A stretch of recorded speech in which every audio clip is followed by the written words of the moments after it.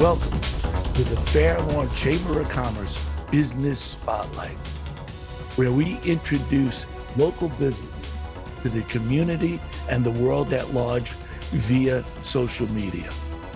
Hi, my name is Alan Cohen. I'm on the board of directors for the Fair Lawn Chamber of Commerce, and it's my pleasure to interview these wonderful people from our community. Today, I have a great guest for you. Her name is Gail Rottenstrich. She's a council member for the Borough of Fair Lawn, and she's also the CEO and co-owner of her company, ZAGO Manufacturing Company. They're based in Newark. So I'd like to introduce Gail to you. Good morning, Gail. Nice to see you today. Good morning, Alan. Thank you for having me.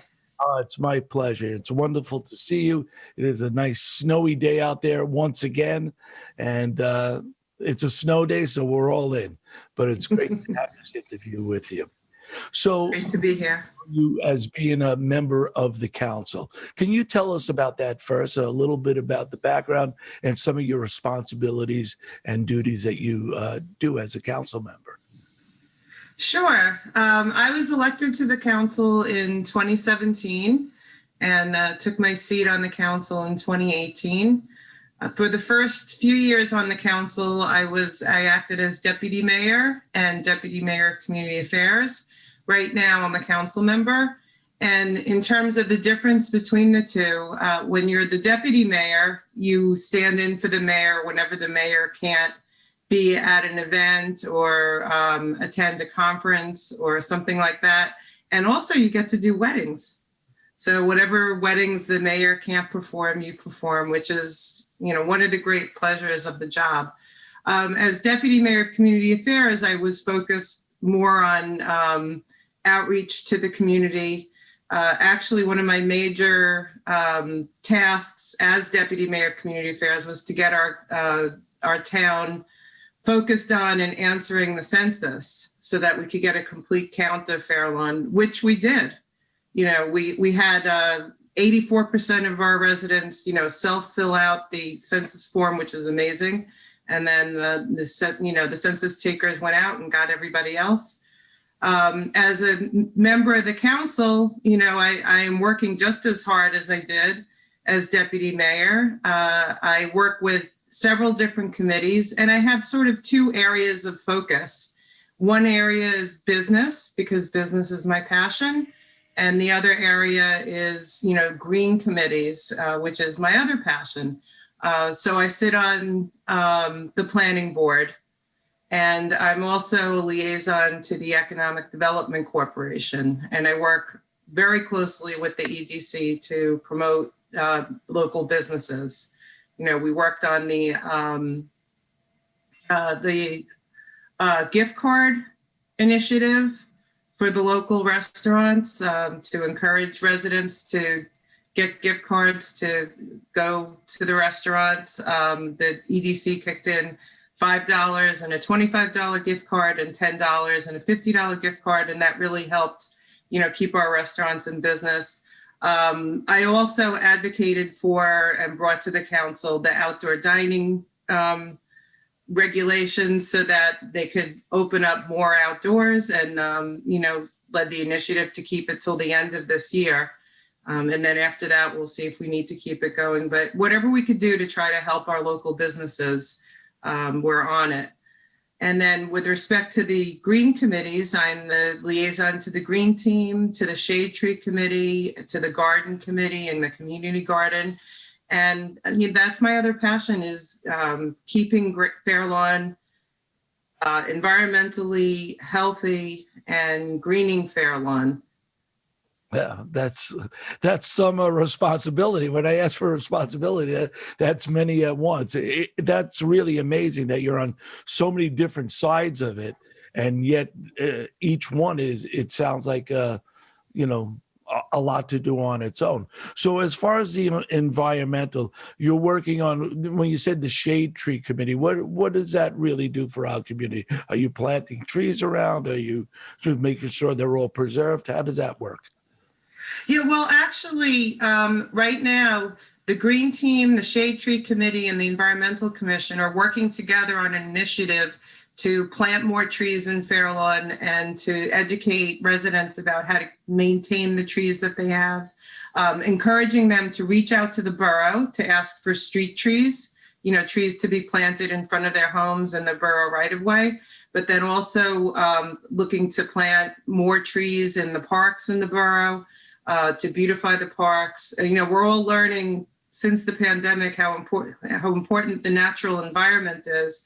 And even, a few more trees on your street can actually bring mental health benefits. So, we're working on it from the environmental perspective, from the, beautification perspective, from the mental health perspective. Trees are just, there's a lot of good to them. So, we're working really hard together. Rather than being siloed in our different committees, we're working together towards this initiative. That's great. So when you're planting more trees, because a lot of times I see a lot of problems on the streets, the curb front where a lot of people planted trees, 20, 30 years ago, all of a sudden now they're ripping up the whole street, the sidewalk. There was one across the street from us only a couple of weeks ago where it ripped down the whole thing. And then, of course, the branches went into the house. They had to get the roof repaired and all that. So is there a certain, how do you determine when a tree, it really has to go, because you may still want to preserve it, but it could look pretty dangerous, if they're close to the house and stuff like that. So I guess there must be an inspector, a tree inspector or something like that would. Yeah, well, anyone who wants to take down a tree, they should have the tree inspected to determine if it's healthy or not. And, most trees, they don't pose a hazard. We do, we pay attention to it when they do, because it is somewhat of an unusual event. But, most trees are, safe and healthy. You have to have it, looked at. But I think people have been a little bit too anxious to pull down trees, and, they're not paying attention to how this is affecting the environment as a whole, or how it's affecting, the property value, because, you're in real estate, a treed, beautifully landscaped property is going to be much more valuable than, sort of a naked property that's, exposed to all the elements. Right, that's true. And also, what about when the branches are coming? Since you brought up real estate, let's say your neighbor has a tree right next to you. Now the branches are coming over. Who's responsible for that? So you can trim the branches that hang over onto your property. That's your responsibility to do that. But don't go on the other side with a. No, absolutely not. Absolutely not. So I didn't think I'd be talking about trees this morning, but you have so many different facets to what you're doing there. That's great. And there's also another thing. I noticed that we do have an arboretum here in Fair Lawn, which has been developing through the years, and each year it gets nicer and nicer. Could you tell us about that? Yeah, that's actually under the auspices of the Shade Tree Committee. They've been responsible for doing the planting and the maintenance in the Arboretum. And I encourage all Fair Lawn residents to come to the Arboretum, walk around. It's actually bigger than it appears. You see the frontage on Fair Lawn Avenue, but it goes all the way back to High Street, and then it goes up High Street, for a few blocks. And, there's really a lot there. We actually just renamed it for Jim Vanderbeck, who worked with the Shade Tree Department in Fair Lawn for many, many years. He's an expert in trees, and he's, dedicated his life to the trees of Fair Lawn. He's a very valued member of the Shade Tree Committee. Oh, that's incredible. So let's move over to the economic development, because you did mention that you're working with the small businesses and you did some initiatives for them. Obviously, the restaurants got hit pretty bad. A lot of businesses got hit very bad, obviously, because of the pandemic. And they estimate about 30%, and I think the number is actually higher, of how many businesses actually went out of business because they couldn't sustain through these times. So these initiatives that you're doing is, like you say, you're doing things to be able to eat outside and all that. Can you tell us a little bit more about how you're helping these small businesses? Yeah, well, we're part of a community that's been helping the small businesses. I mean, it's been, one of the bright spots of the pandemic was seeing our community come together to support the local businesses, not just what, we've done as a council or with the EDC, but, groups like the Rotary, for example, who bought gift cards, donated them to the food pantry. And that's actually another initiative that I brought to the council. So the food pantry can give residents gift cards to the local restaurants. So what that does is it gives the residents, a little bit of a gift. It gives the restaurants a bump in business. It keeps those dollars within Fair Lawn, flowing within Fair Lawn, so it helps the economy of Fair Lawn in general. It's just there's so many things that we can do and that we have done, and we're always looking for more ways to help local businesses. Yeah, I mean, the small businesses are obviously the backbone of America, and without them, it's rough right now. So, because I do work with obviously the Fair Lawn Chamber of Commerce. Mm-hmm. Actually, that's how these interviews got started. We were going to do events, and I was part of the event committee, and then there was no events. So I came up with this idea for the business spotlight, and what it's been doing is actually. Now, obviously, we're a little bit out of the main quarantine area, but during the beginning of it, we started to spotlight these companies, and it was way for them to stay in front of the public's eye, even with not being in their eye, So, and it's great, and I'm really grateful to you for doing it. And I really do think, that all of these things have helped our local businesses. I mean, we've had more businesses start in Fair Lawn in the last year than we've lost. I mean, we've proven that we're a community that's really friendly to business and, really wants to keep our businesses here and functioning.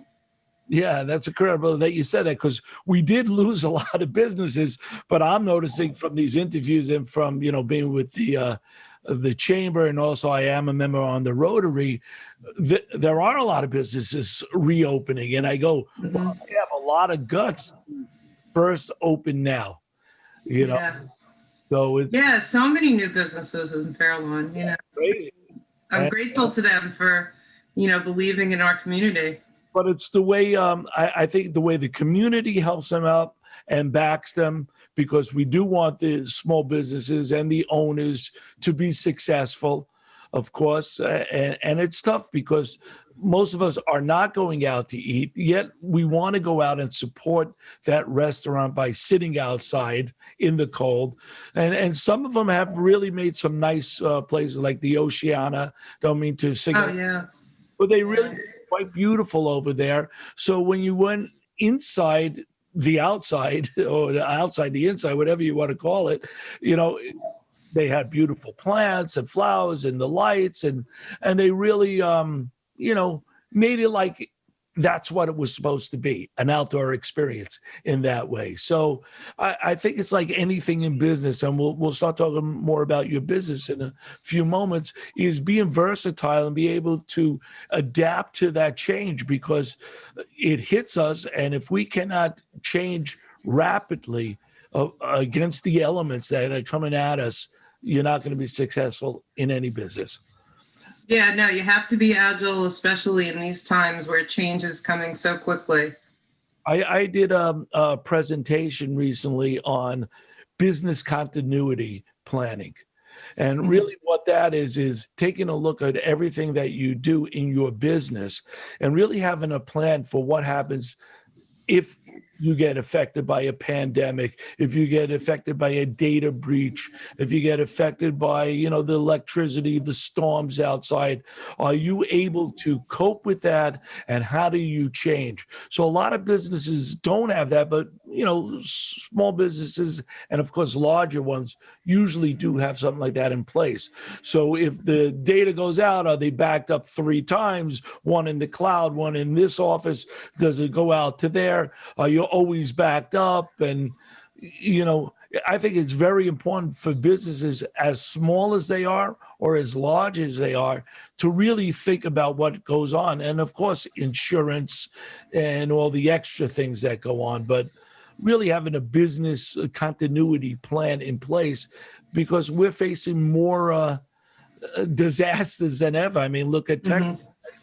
They never Yeah. did something like that. So Yeah, it's your responsibility when you're in business to look at, the possible risks. We do, a risk analysis every year, and then rate, the likelihood of the risk, the severity of the risk. That's something we do all the time. We're always planning for the future like that. We're always, planning for contingencies.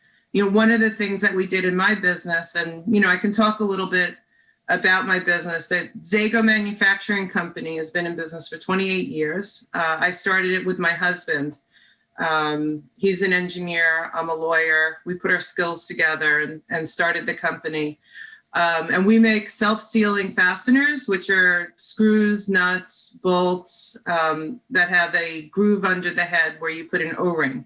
So it creates a seal in the equipment that you're installing it into.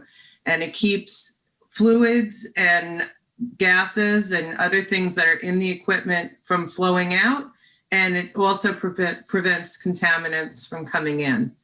So that's just a little bit about, our product.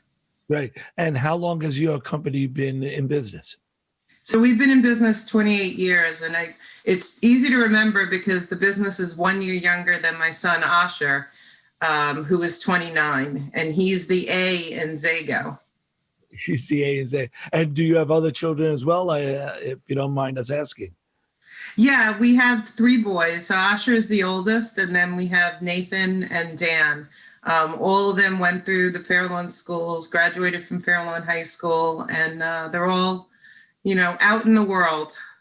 Great. That's fantastic. So let's talk a little bit more about your business. So it started, how did you get into that? I mean, I look at you and say, I'm not a nuts and bolts person. But your husband was in engineering. Could you tell us a little bit about that? Yeah, my husband began his career at AT&T, and then he went to work for a small business that did a similar, had a similar business.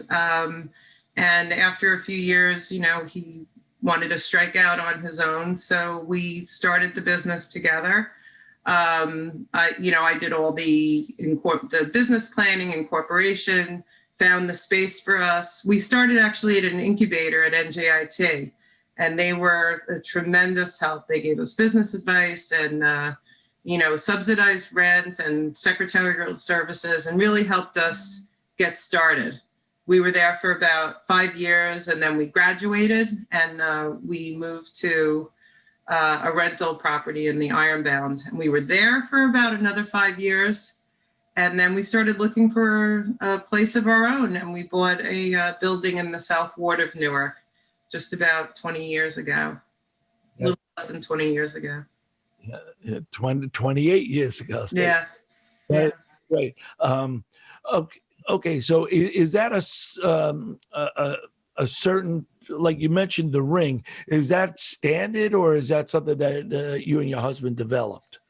No, this is a product that was developed during World War II. So it's originally a military product. It has, a bunch of our stock has what are called mil specs, military specifications. So we sell the product to the military and to military contractors, but it's also, found in aerospace products. So like, for example, Boeing is one of our customers. And then it's sold in, we sell it to hundreds of industries. They're just any place that you need a screw, you're better off with a seal screw.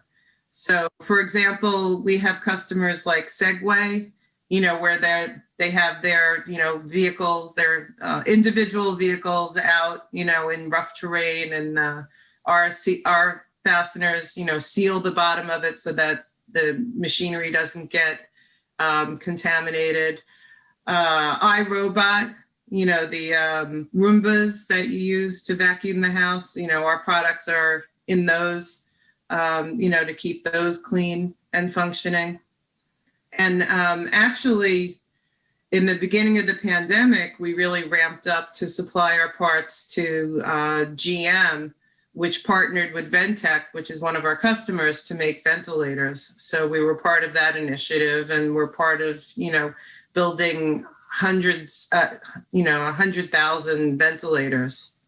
No, that's incredible. So you really are on the front line, so to speak, right? Yes, we are an essential manufacturer.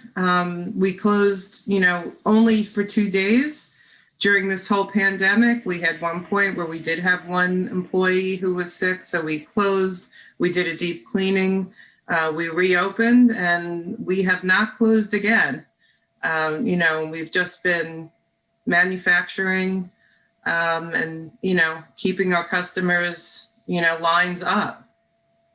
So the company that needed to make the ventilators, you said they were originally one of your clients and they were working with GM. So they kind of came to you and say, well, we need so many more of this product. Can you really, prioritize right now for us?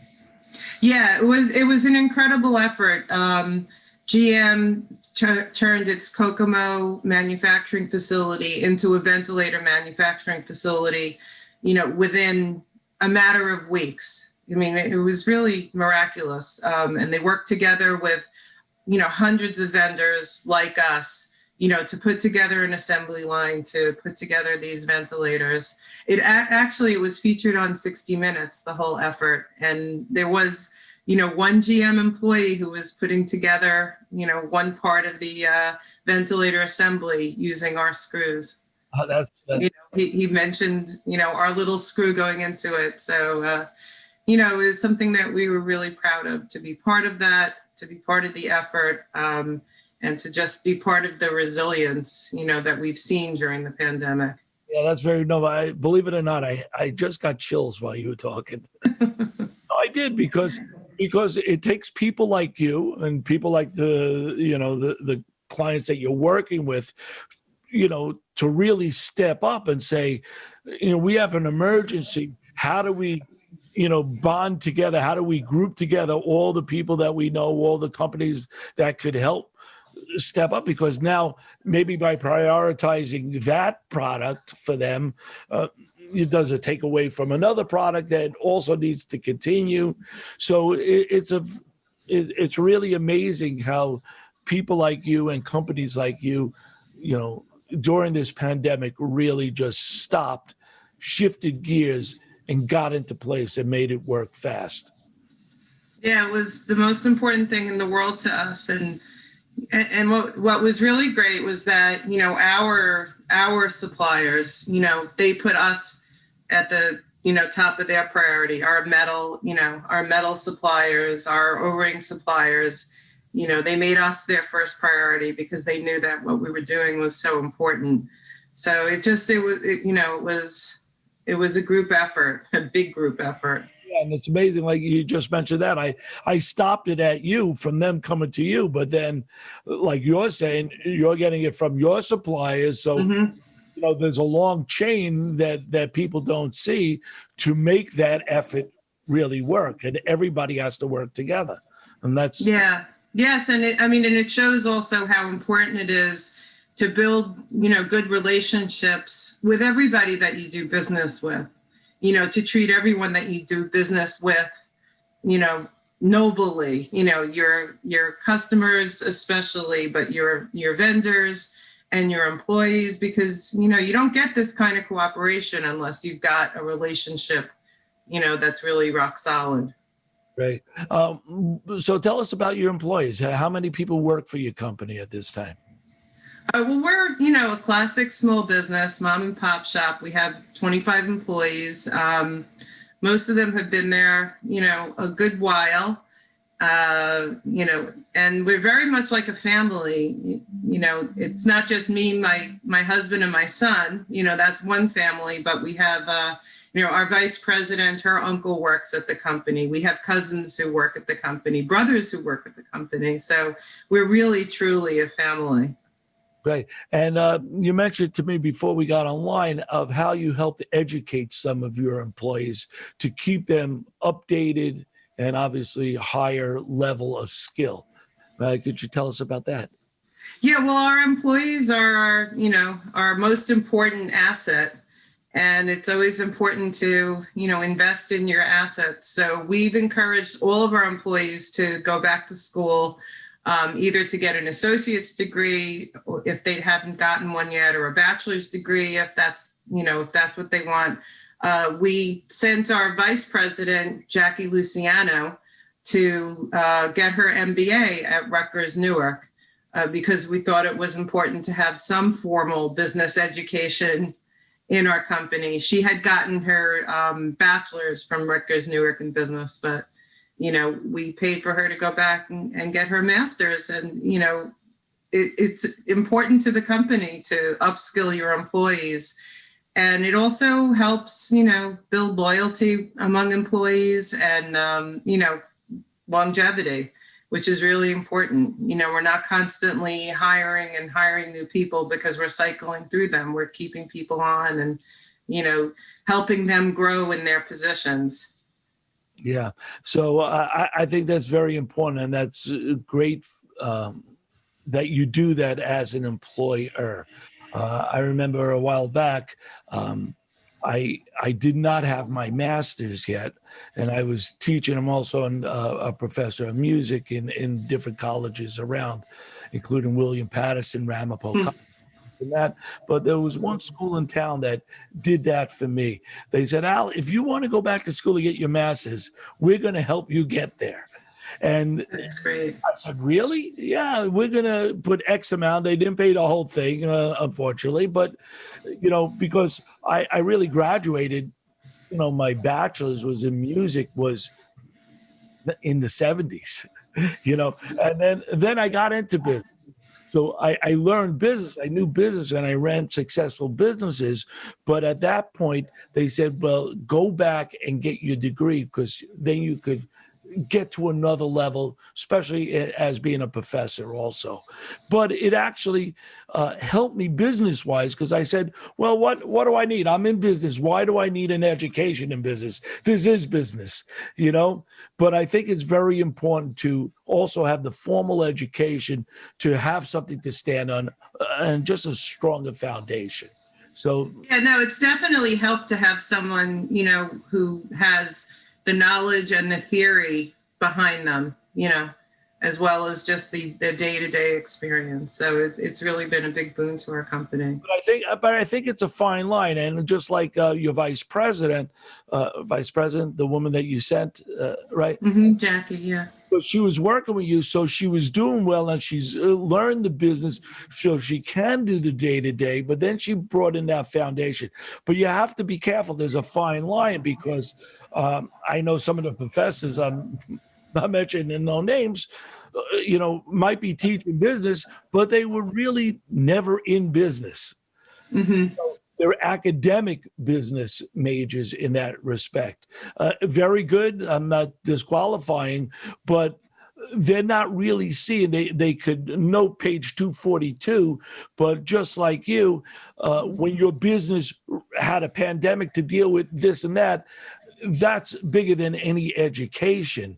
But of course, having that foundation, you're able to maneuver. But really, business, you still have to be in business to do business and not just the academic side of it. So yeah, I think practical experience is really, really important. And I think, we've been in business 28 years, and I had mentioned to you before that I learned about business at my father's name. My father was in the record business, the record distribution business.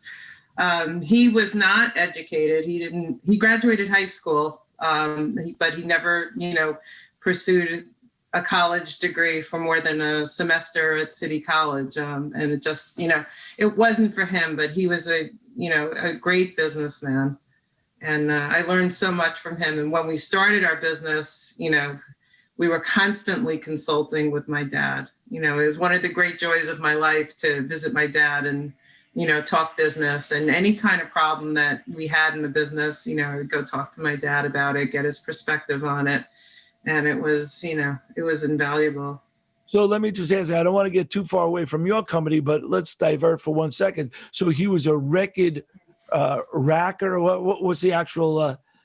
Yeah, he was what was called a rack jobber. So he had a warehouse in Oceanside, hundreds of thousands of square feet warehouse in Oceanside, and he would distribute records all over the country. So, for example, department stores that were around then, like Corvettes, would have racks and racks of record, and that was, his company was distributing those records, putting the records in those racks. That's great. And what about Sam Goodies? Was Sam Goodies one of your? Yeah, actually, my dad knew Sam very well. Yeah. That's great. I remember those. I mean, it was a whole. That's a whole nother conversation. The music industry. I mean, that was like a whole nother level of actually going to a record store and walking around the racks and staring at album covers and maybe just buying an album from an artist, a band that you never heard of, just because you love the album artwork. I mean, it's a whole different experience now. So, I mean, I do miss that. I mean, that was, was. Even though my dad was in the business, I still went to record stores when I was a teenager and bought my own records. And, I'll never forget that. So did you grow up in Oceanside, or are you from Long Island? I'm from Long Island. I grew up in Plainview. Oh, sure. Great. I know the area well. Terrific.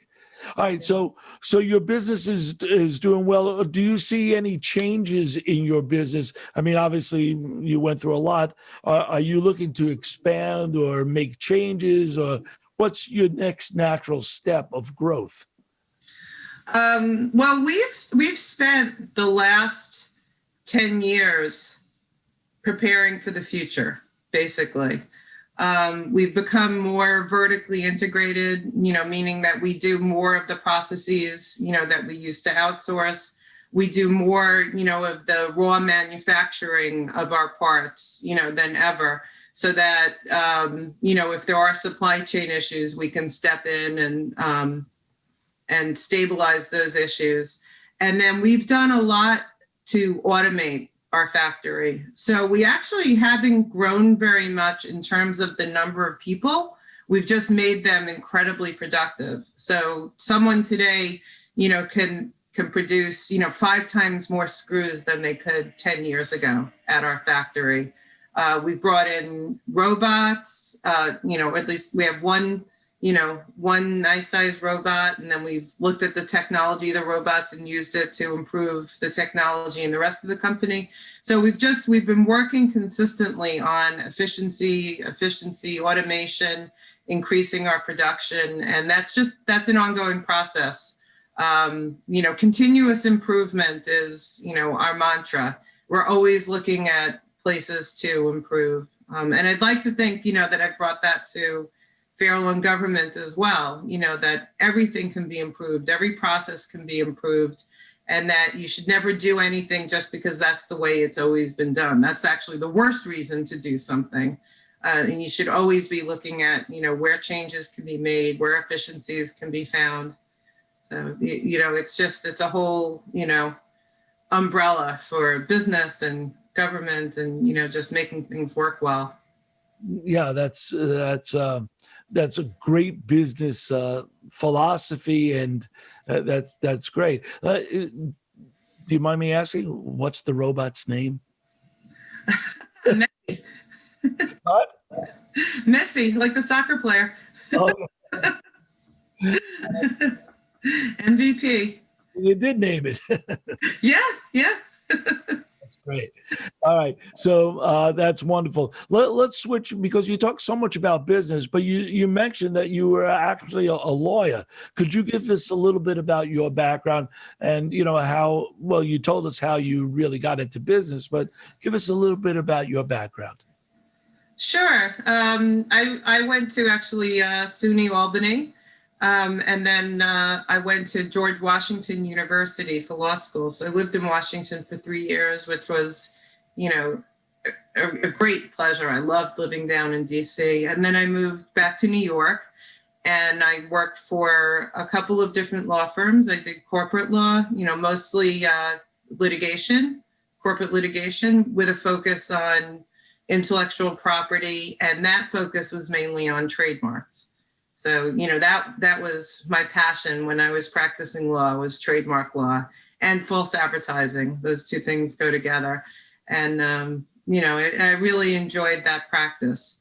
But about in the middle of my career, we decided to start the business. So, you know, it was focusing on the business and, you know, on working to support us. But gradually I was able to work less as a lawyer and more in the business, you know, as the business became more self-supporting. Before I ask you, I do have a great interest in intellectual properties and intellectual law. As I mentioned to you, I do also run a music publishing company, and we publish thousands of work with ACM Records, and also our name, ACM Records.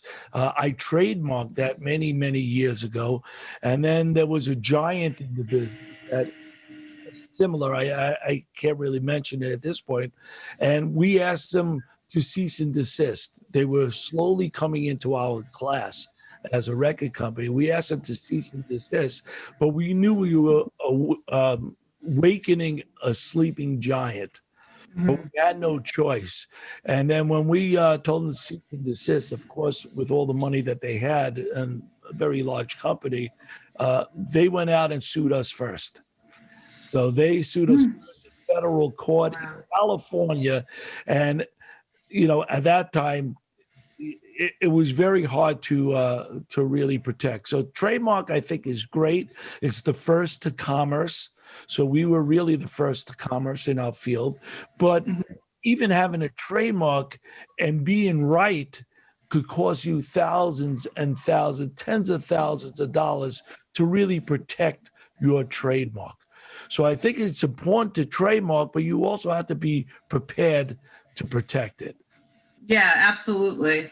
Yeah, you can't just file the application, get the trademark certificate, and then forget about it. You always constantly have to be policing it to make sure that other people aren't infringing on it or, you know, trying to sell their products under your name. It's really important, you know, for your reputation. But you know what I found really amazing from that experience? I mean, we ended up settling in a way, so I am still in business. But it's amazing how a lot of companies do not trademark their name. So as soon as we woke them up, they started, it has to do with acronyms and stuff like that. They had no trademark, and they're in business, you know, for 30, 40 years, whatever. The day we woke them up, they started trademarking in every field around their name, this and that, to now themselves. So we kind of gave them the education and the okay, go trademark. So now all of a sudden, now we're fighting them, and now they have their name like encircled all the way around with trademark, like 20 trademarks they did out of nowhere. So I mean, that's a whole nother topic again, but I just find, you know, trademark and copyright really amazing and very interesting to me. So yes, no, to me also. Yeah, great. So bringing that skill to your company, did you do most of the, like you say, you did some of the trademarks, and so are you doing the legal side of your company as well? Yeah, I've done all of the legal work for our company. You know, there are certain things, you know, one thing in business, you know, to be successful in business, it's as important to know what you don't know, you know, as what you do know. So I've done all the legal work that I know how to do. In very specific instances, I've brought in other law firms to help me. But, you know, overall, everything that comes through that has any legal aspect to it, you know, I handle that. I take care of that. I have no doubt we've saved hundreds of thousands of dollars in legal bills over the years because, you know, I know how to handle, you know, most legal issues, you know, or, you know, what to do to get it handled. Right. So you were able to. It's a great, it's a great background to have in business. Sure, of course. So you were able to integrate that into your business. That's great. Every day. Every day, right? Yeah. No, because, the skills that you learn in law school, the critical thinking and, being able to read contracts. I sign contracts, I review and sign contracts every day of the week practically, with customers, NDAs, non-disclosure agreements, that's just an everyday thing. And if you need to send that out to a lawyer to review, it can really hold you up. But NDAs, aren't they only as worth the paper they're on? I mean, if you really have to go somebody steal something like that, I mean, that's, once again, you have to protect your NDA. I mean. Well, we take it very seriously, with our customers' information. We protect their information, and that's really important to us. A simple thing was, really contracts are for honest people in a way, because it's yes, the contract is only as good as the signature of the person who signs it. But it's something that we take really seriously. Yeah, if they're going to rip you off, they're going to do it anyway. But obviously, you have a little more with a contract. But great. So let's leave that right now, and let's start to wrap it up. I know you're a member of the Fair Lawn Chamber of Commerce. Let's talk a little bit about the chamber for a minute, because you mentioned to me earlier that you're in a few different committees or organizations. You are a member in more ways than one with the chamber. Yeah, I've been a member of the Chamber of Commerce since 2017, and I should have emphasized before, when I was talking about support of the local businesses, how much the chamber has been helping, its members. So I'm a proud member of the Chamber of Commerce, and then I'm also, I'm also on two different groups that are also members of the Chamber of Commerce: the Fair Lawn Democratic Organization and the Fair Lawn Jewish Center Congregation B'nai Israel. They're also members of the Chamber of Commerce. So, I think the chamber is just a great organization for bringing people together, helping local businesses, helping its members, and I think it provides great value for the community. Great. Yeah, I feel the same way. I think the outreach from meeting all the other businesses really puts things in perspective, and whatever side of the business you're on, we all have similar needs, similar things that we, have to work through. Obviously the pandemic, but in more ways than one, we all have similar things, even though we're all so different. So yeah. Yes, absolutely. So I'd like to thank you very much for the time that you spent with us today. You're really an amazing woman. You're very all over, but strong in all these areas. It's great to see. And they say, when you want something done, ask a busy person. So if we need something else done, Gail, you're the first one we're going to call. Thank you. It's my pleasure being here, and and I'm here as a resource for any business person, whatever anyone needs, I just want to help. Yeah, reach out to Gail Rottenstrich. I said it right. So I want to take the time once again to thank Gail Rottenstrich for being interviewed today on our Business Spotlight. Of course, she is a council member of the Borough of Fair Lawn, and she is the CEO and co-owner of ZAGO Manufacturing Company. It's really been a pleasure.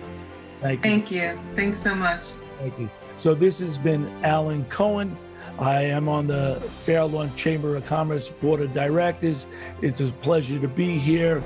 I'd like to thank you all for listening to this Business Spotlight today. Thank you.